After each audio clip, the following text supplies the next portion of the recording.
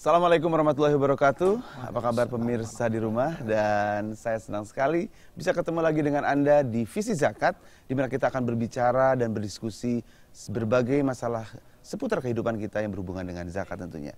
Dan tema ataupun topik yang akan kita angkat pada kali ini adalah mengenai kemuliaan zakat untuk jiwa yang sehat. Nah, ini penting sekali karena di dalam jiwa yang sehat terdapat jiwa yang sehat. Mensana in corpore sano, yang artinya nanti tanya dokter deh ya. Untuk ngomongin masalah jiwa-jiwa ini ya kita hadirkan dokter jiwa lah pastinya. Ini dari Rumah Sakit Jiwa Suharto Hirjan. Suharto Hirjan. Suharto Hirjan. Dr. John Lee Iskandar. Indra tuh kan salah. Aduh maaf dok, agak sakit jiwa saya nih kayaknya. Dokter, apa kabar? Baik, alhamdulillah. Alhamdulillah sehat. Nah, kalau misalnya kita berbicara mengenai jiwa yang sehat, iya. Berarti kan ada jiwa yang sakit. Iya. Nah, kalau jiwa yang sehat dijaganya seperti apa nih dok? Dengan apa nih? Dijaga supaya tidak menjadi sakit. Ya. Barangkali sebelum saya cerita ini mungkin bisa dijelaskan definisi sehat jiwa itu seperti apa barangkali ya. Iya. Takutnya saya termasuk orang yang kurang sehat jiwanya nih. Jadi kalau mengacu pada ini definisi dari glossary WHO ya, Well Health Report juga ada.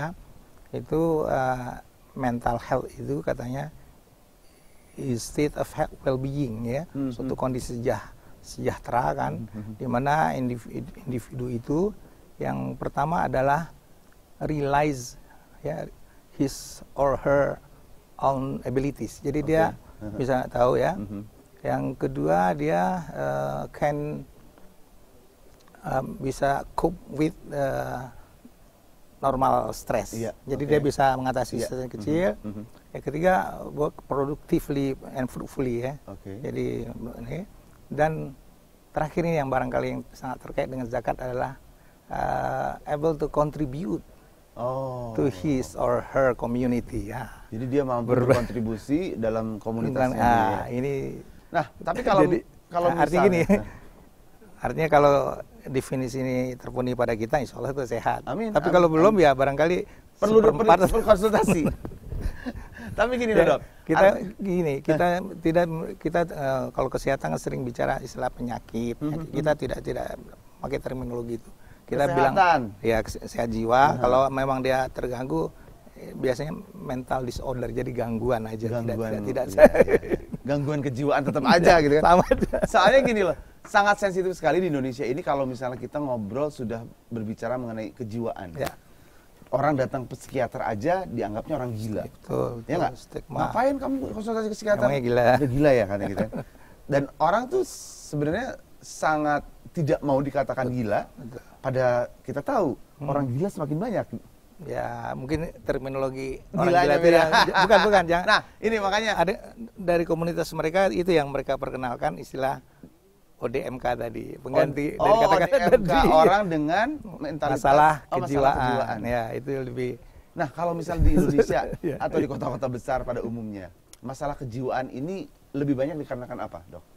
Ya kita bicara gangguan jiwa itu kan kesehatan juga secara umum ya.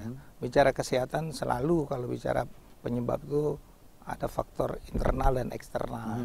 Jadi ada faktor pain yang tidak bisa kita nafikan, tapi juga ada faktor lingkungan. Maksudnya faktor gen itu keturunan? Iya.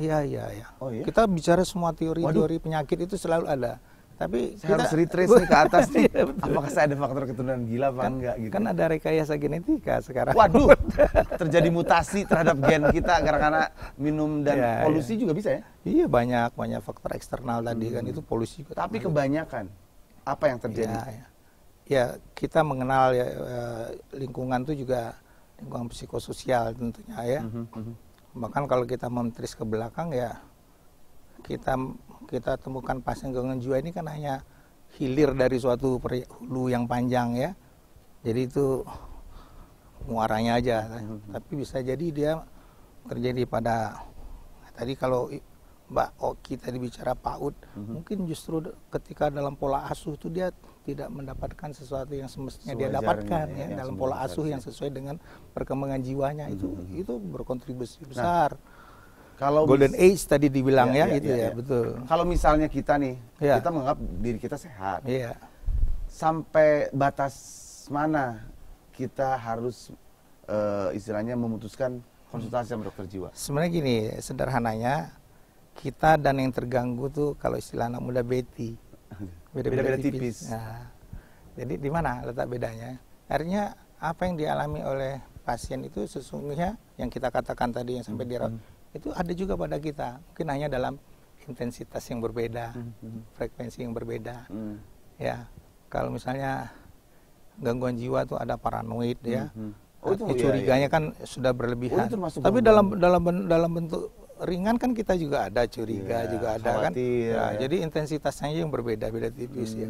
Nah, mungkin sebagai patokan adalah mana ya, ke masalah kehidupan pasti semua kita pasti dipenuhi dengan Jadi masalah stres itu. gitu ya. Tapi sejauh dia tidak terganggu fungsi sosial dan pekerjaan itu oke masih. Artinya dia mampu mengatasi segala kesulitan yang dia Sehingga hadapi. dia sebagai apa, Mas Roni sebagai apa, dia tetap biasa kan.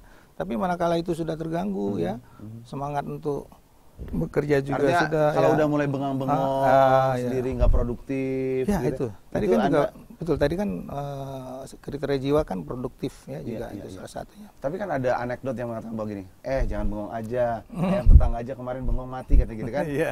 Nah, kalau misalnya kita sering menemukan orang yang gangguan kejiwaan sampai dia bertelanjang. Iya, iya. Nah, itu kenapa? Itu apa yang salah sebetulnya? Iya, itu dia sudah terhadap realitasnya sudah terganggu.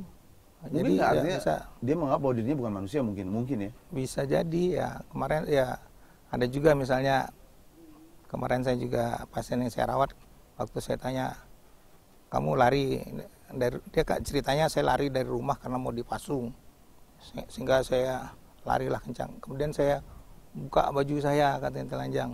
Kenapa? Katanya ini katanya membebani saya lari katanya. Jadi kadang-kadang ada logika yang kelihatannya benar tapi akhirnya juga yang keliru-keliru juga. Kalau misalnya di lingkungan rumah tangga, kita banyak juga terjadi adanya yang namanya KDRT, adanya yang namanya, pokoknya tindakan-tindakan yang sebenarnya di luar batas normal. Betul. Tapi mereka itu sepertinya ya,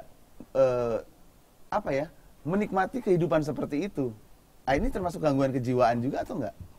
Yang Melakukan yang belum kekerasan menikmati, iya, dan betul. menerima tindakan kekerasannya. Betul, ya. Memang ada di antara berbagai macam gangguan itu ya, salah satunya ya mungkin apa yang sering kita sebut sebagai masokistis ya. Jadi orang justru menyenangi ya, menikmati kekerasan itu sendiri ya. Oh, artinya kalau masokistis orang yang menerima perlakuannya. Iya. Jadi kebalikan daripada sadistis. Kalau sadistis yang melakukan kekerasannya. Ya. Jadi kalau berjodoh kalau ketemu jodoh dong, berarti orang yang senang melakukan kekerasan dan senang diperlakukan kekerasan. Iya, tapi kan dampaknya babak belur yang datang lagi curhat lagi, ngadu lagi, ya udahlah, emang nasib lu aja gitu kan. Ya, tapi itu saya kira itu bisa disembuhkan nggak? Ya, dengan terapi seperti apa? Ya, banyak tentu. Terapi sendiri dalam psikiatri kan sangat luas ya. Bisa dalam bentuk intervensi obat-obatan, tapi juga bisa dalam bentuk psikoterapi, dalam bentuk manipulasi lingkungan segala. Iya. Berarti kita bisa sekarang lihat nih, kalau kameramen udah bengong-bengong gitu ya, itu berarti udah harus mulai konsultasi ke dokter jiwa. Saya kira konsultasi itu tidak harus menunggu kondisi seperti itu. Nggak harus nunggu sakit jiwa dulu, harus konsultasi. Baik dok, kita akan obrolkan lagi lebih lanjut karena saya juga pengen tahu bahwa apakah penyakit itu bukan mental apa? Gangguan jiwa. Gangguan kejiwaan ini bisa disembunyikan oleh seseorang atau enggak? Ya. Apa bisa kelihatan langsung? Kita akan lanjutkan setelah yang berikut ini.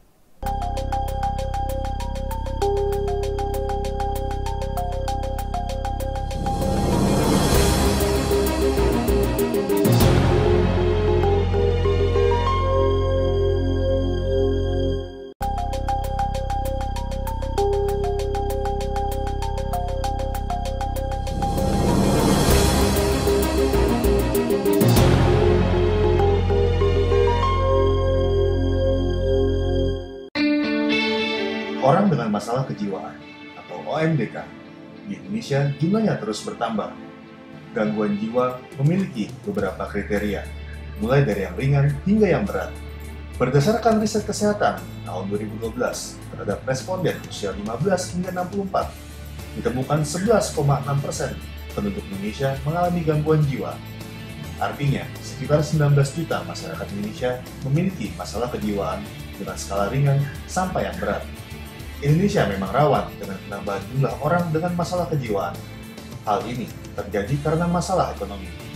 Banyaknya bencana alam yang merenggut jiwa dan harta, konflik-konflik internal, dan beragamnya suku memiliki kerentanan yang berbeda-beda terhadap persoalan kejiwaan. Kondisi ini membutuhkan penanganan khusus. Sayangnya, belum banyak yang peduli dengan keberadaan OMDK, terutama dari golongan yang tidak mampu. Masyarakat yang kurang mampu memiliki masalah kejiwaan juga berhak mendapatkan bantuan. Di sini, zakat bisa berperan untuk membantu memulihkan kondisi kejiwaan mereka dan mengembalikan ke masyarakat untuk kembali hidup secara normal.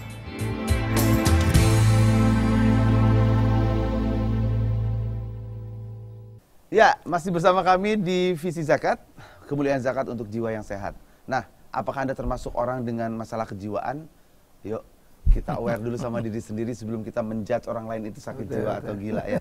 Tapi kalau misalnya dari gejala, kita sebetulnya misalnya bisa menahan ya masalah kejiwaan kita.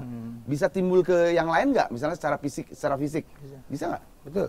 Jadi ya secara umum manifestasi dari satu gangguan jiwa itu pada P3 ya, nggak ada hubungan dengan partai ya. Oke. Jadi pada pikiran, perasaan dan perilaku. Pikiran, perasaan dan perilaku. Manifestasi pada tiga aspek ini. Jadi kalau yang orang tadi depresi segala merasa sedih kan pada perasaan, ya atau marah-marah jadinya, bergembira berlebihan, ya. Juga ada tuh yang jadi sedih. Manik, ya. Ya, orang dengan gangguan bipolar tuh ada saatnya dia sangat sedih, ada juga periode yang lain dia sangat gembira, berlebihan itu juga. Habis perasaan itu baru perilakunya. Ya, perilaku yang macam-macam tadi ya. Yang aneh-aneh itu. Kemudian pikiran kan macam-macam, ada ide-ide aneh, ada kadang-kadang merasa dirinya sebagai apa, tapi itu di luar realita kan. Atau merasa jadi seorang Jibril atau apa kan yang pernah kita. Nah, tapi ya kadang-kadang tiga hal ini belum tentu terlihat oleh orang ya. Itu yang pikiran, perasaan dan perilaku. Ini tiga hal yang harus sekarang mulai kita rasakan benar-benar. Kita ada di mana sih? Seperti saya bertanya, Mas Ahmad ada di mana sih? Ternyata sudah ada di sini sekarang. Mas Ahmad apa kabar? Waalaikumsalam warahmatullahi wabarakatuh. Sehat jiwa? Raga? Alhamdulillah, nggak tahu nih kalau diperiksa saya sehat nggak? Kalau fisik sehat, jiwa udah pasti sehat? Iya, semuanya sangat berkait ya. Jadi kalau jiwa terpengaruh, terganggu, fisik terganggu juga nggak? Sudah pasti ya. Saling berkait. Saling berkait. Jadi makanya ada istilah psikosomatik, ada somatopsikik. Iya. Mas Ahmad, kita tahu ODMK ya, orang dengan masalah kejiwaan ini perlu mendapatkan perhatian pastinya. Berapa persen sih orang atau berapa jumlahnya yang di Indonesia? Di Indonesia gangguan jiwa berat itu secara nasional dari riset kesehatan dasar 2007 itu 0,46%. Hampir 0,5 lah berarti ya. Kali 200 juta ya. Ya sekitar tidak sedikit, 1/200 kan berarti. Iya. 1/200 kalau 100.000 ya. Kalau 1/100 saja dari 200 juta berapa? 100.000 orang kan. Ya lumayan lah ya. Nah, bukan tapi jumlah kalau sedikit. misalnya yang ODMK itu yang berat kan. Itu kita belum bicara yang ringan itu. ODMK-nya ini artinya dirawat di rumah sakit, mungkin ya sudah dapat perhatian. Tapi kan yang di jalanan ini loh, Mas Ahmad. Ini. Jadi kami Dompet Duafa itu termasuk yang sejak lama memperhatikan nasib orang-orang yang sakit jiwa. Pertimbangannya apa? Karena ada dua jenis orang penyakit jiwa yang selama ini menurut kita masih menjadi masalah sosial kita, masalah masyarakat, yaitu orang yang sakit jiwa yang agresif, yang menyerang orang lain, mengganggu. Yang kedua, mohon maaf, yang telanjang di jalanan. Nah itu yang saya tadi katakan. Ya, jadi kan dua kondisi ini sebenarnya kalau dalam Islam tuh dok, itu kan adalah kewajiban kifayah kita semua untuk ikut terlibat menangani. Selama masih ada masalah seperti itu, artinya kita harus turun tangan gitu. Nah, yang kedua, karena orang gila itu juga kadang-kadang dia sampai tidak makan kan. Jadi sudah gila karena tidak ada yang memperhatikan, dia juga tidak makan. Jadi sudah sakit akhirnya meninggal juga karena ketidakperhatian kita gitu. Karena itu kami bagaimanapun juga memiliki pandangan bahwa sesungguhnya harus ada yang memperhatikan nasib orang-orang yang sakit jiwa ini. Apakah setiap orang sakit jiwa atau yang mempunyai masalah kejiwaan di jalan terus langsung ditangani atau gimana cara penanganannya? Bukan. Jadi tugas kami itu memberitahukan kepada dinas sosial gitu kan bahwa termasuk Kementerian Sosial kami pun menyampaikan bahwa sebenarnya ada kondisi-kondisi seperti ini gitu, bahwa kita lihat misalnya ketika ada orang gila telanjang di jalan tol gitu, kita kasih tahu ke polisi dan Kementerian Sosial untuk segera diambil karena itu menjadi tanda petik tontonan semua pengendara dan membahayakan juga. Yang paling prihatin, saya sendiri pernah menemui serombongan anak-anak di saat terjadi perayaan 17 Agustus lagi pawai 1.000 anak di suatu daerah. Tiba-tiba pada arah yang berlawanan ada orang gila telanjang melewati barisan yang anaknya cuma 1.000 orang ini. Terbayang bagaimana orang tua ibu-ibunya itu yang menutup mata anak-anaknya ini. Karena itu sesuatu yang tidak pantas untuk dilihat oleh anak-anak kan. Itu adalah masalah kita. Jadi mau nggak mau kita harus lakukan. Dan ternyata juga ada beberapa saudara-saudara kita yang punya perhatian terhadap soal itu. Dia sudah membantu dengan misalnya menangani ya orang yang keliaran di jalanan dimasukkan ke dalam sebuah tanda petik panti begitu.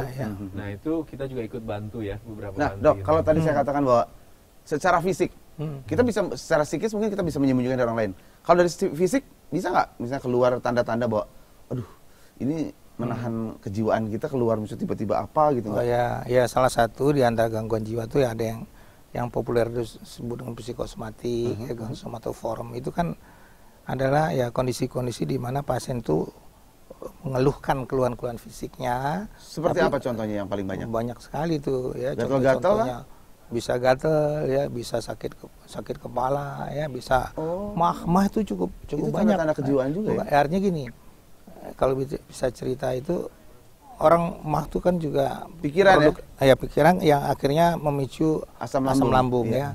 Nah, yang bisa memicu kondisi lambung itu antara lain juga faktor kecemasan, stres itu juga. P3 tadi. Nah, jadi kalau gini bisa juga kita simpulkan, atau ada juga orang yang tidak mampu menangis mengeluarkan air mata tadi saya bilang tadi ya. Dia mungkin keluarnya dalam bentuk tetesan-tetesan asam lambung juga bisa.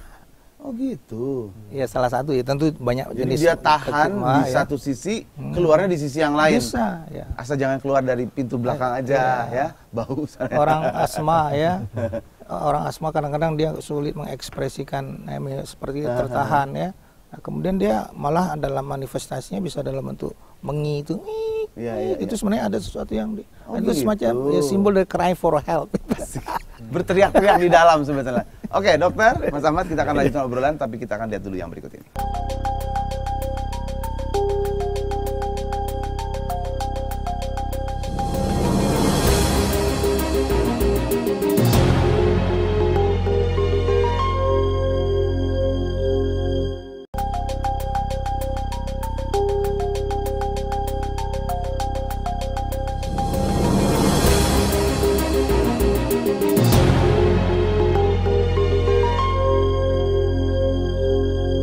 Anda masih bersama kami di Visi Zakat dan masih membicarakan mengenai kemuliaan zakat untuk jiwa yang sehat ya, bersama Mas Ahmad dari Dompet Duafa dan juga Dr. John Lee Indra, John Lee Indra dari Rumah Sakit Jiwa Jakarta ya.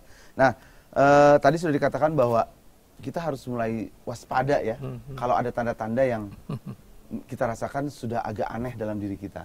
Aneh itu dalam arti nggak biasanya ya dok ya. Artinya kan jangan takut dan malu untuk konsultasi ke dokter jiwa karena jangan nunggu sampai telat. Gila udah telanjang gitu kan. Tapi kalau dari mekanisme dok, penanganan para orang-orang yang mempunyai masalah kejiwaan ini, tadi kan Dompet Duafa mengatakan bahwa perhatiannya untuk mereka-mereka yang memang tidak terperhatikan, yang di jalanan dan segala macam. Nah, kalau selama ini pasien yang datang ke rumah sakit itu mereka datang atau diantar keluarganya atau juga atas sebuah mekanisme yang dilakukan oleh pemerintah misalnya gitu. Ya, sementara ini memang sebagian besar penderita yang dibawa ke rumah sakit itu memang yang gangguan jiwa berat ya. Sebenarnya kita berharap yang ringan-ringan juga datang, Yang tapi berat ternyata itu seperti apa sih, Dok? ya Saya tadi pengen yang tahu. itu yang rata-rata yang sudah dalam kondisi yang mengganggu lingkungan. Oh, Ya, yang jadi dia melakukan tindakan yang membahayakan orang lain maupun dirinya sendiri ya. Tentu keluarga pasti Menyerang mencemaskan orang ya. lain. Ya itu yang terbanyak ya. Mhm. Dan itu kalau situasi seperti itu ya kebanyakan keluarga ya. ya ini dibawa keluarga. Nah, kalau misalnya yang dari jalanan itu Ya, diterima nah, juga itu ya itu kita udah punya MOU juga, mungkinnya sudah ada kerjasama dengan Dinas Sosial DKI. Jadi mereka kan yang mereka razia ketika di jalanan tuh mereka tampung di panti sosial mereka, bahkan ada panti yang khusus jiwa sudah ada juga mereka. Nah, kemudian setelah itu baru untuk pengobatan dikirimkan ke kita. Kalau dompet duafa sama juga mekanismenya seperti itu. Ya, jadi kalau kami itu kan lebih kepada membantu lah. Jadi kita belum sampai menangani secara khusus ya. Cuma kami itu sudah lama ingin membantu membuatkan semacam pusat rehabilitasi juga untuk orang gila, tanda petik penyakit jiwa itu tadi.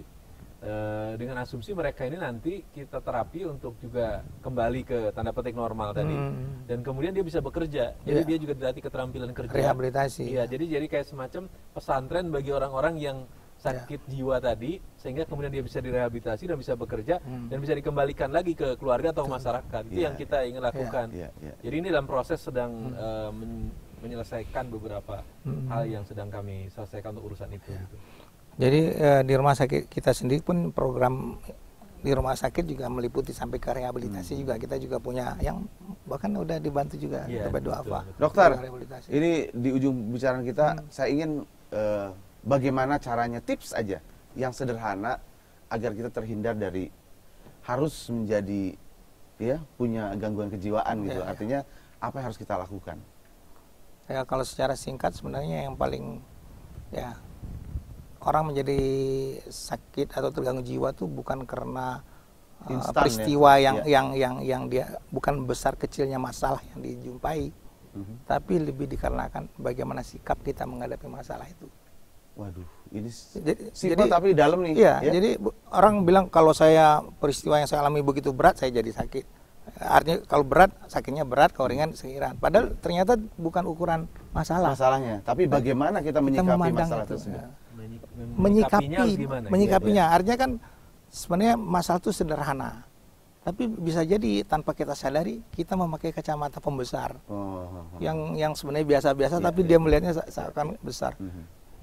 Yang akan dampak itu yang berat, padahal sebenarnya itu sederhana. Nah jadi bagaimana menyikapi hidup, akhirnya juga menikmati hidup sebetulnya ya, Dok ya. Iya nggak? Orang semua kalau dibilang masalah ya akan disebut masalah kalau kita sebut masalah. Betul nggak? Iya. Jadi kalau kita sebutnya itu adalah ujian, cobaan, tantangan. Benar nggak? Jadi satu kata persepsi kita terhadap sesuatu itu. Nah, itu yang dompet duafa sendiri. Kalau dari kami ingin mengajak masyarakat siapapun, mau pemerintah termasuk masyarakat biasa maksudnya, termasuk perusahaan, untuk ya meskipun kita punya aktivitas atau kegiatan konsentrasi masing-masing, tapi tetap kita harus memiliki perhatian kepada masyarakat yang terkena tadi penyakit jiwa itu, karena itu masalah kita bersama. Dan lagi kalau kita tidak memperhatikan, lalu siapa lagi yang akan memperhatikan gitu, karena mereka ini sudah terbuang dari keluarganya, terbuang dari masyarakat, dan akhirnya akan menjadi bencana buat kita semua kalau kemudian kita tidak menanggulanginya. Jadi saya kira dompet duafa sedang berusaha juga untuk ikut membantu turut serta mendukung penanganan rehabilitasi orang-orang yang sakit. Artinya dia semua nggak sih sebenarnya? Jadi gini ya, itu bisa nanti banyak faktor. Bukan sekarang maksud saya kita kan yang kita lihat sekarang tuh hilirnya, ya. Tapi kan itu katakanlah kotor yang dihilir. Sekarang bercapek-capek kita untuk membersihkan kotor di hilir. Tapi hulunya kalau hulunya nggak dibersihkan, justru kita promosi prevensi itu jauh lebih penting, mencegah dari awal. Nah, mencegah tuh saya pikir banyak yang bisa kita lakukan. Itu mulai dari keluarga, saya bilang padu tadi ya, mulai dari seorang remaja tuh memilih pasangan hidup yang pas, yang mengerti, ya. Kemudian jadi kalau mau menikah tuh kalau bisa ya, saya ini segala anjuran ya, KUA atau apa tuh tidak hanya sekedar langsung menikahkan saya. Kalau kalau perlu dikasih semacam persyaratan apa, Probation misalnya 3 bulan. sertifikasi. Ya sih, Iya kan? itu sudah Probation dilakukan. 3 bulan dulu mereka Iya, kelihatan kesiapan gimana mereka, ya. siap apa enggak mentalnya. Karena dari pasangan inilah nanti akan bagaimana Lahir, dia, iya, generasi-generasi bagaimana berikutnya, iya. karena pendidikan anak bukan ketika setelah lahir. Iya. Ya, Dari maaf bicara- awal perencanaannya. Perencanaan. Betul. Bahkan sebelum melakukan hubungan itu saja sudah ada dituntun Iya, oleh iya, agama. iya. Jadi Kalau manakala berbuatnya aja udah terpaksa misalnya, iya. apa jadinya anak yang Iya, akan dilahirkan? Jadi masalah di hulu kita juga, ya hilir tentu kita selesaikan, tapi jangan lupa hulunya. Baik. Yang pasti ini adalah tugas dan PR kita Betul, bersama. semua bersama. Oke. Berat, Terima kasih besar. Dr. John Lee Baik. sudah hadir di sini, Ya. Mas Ahmad juga sudah hadir di sini, dan mudah-mudahan dengan obrolan kita kali ini banyak kembali orang-orang Indonesia yang punya jiwa yang sehat. Insya Allah. Ayo ya, ngapain dipikirin terlalu berat, udahlah. Hidup ini hanya sekali, nikmati dan bahagialah. Saya Roni Waluya, undur diri, kita ketemu lagi di episode berikutnya. Assalamualaikum.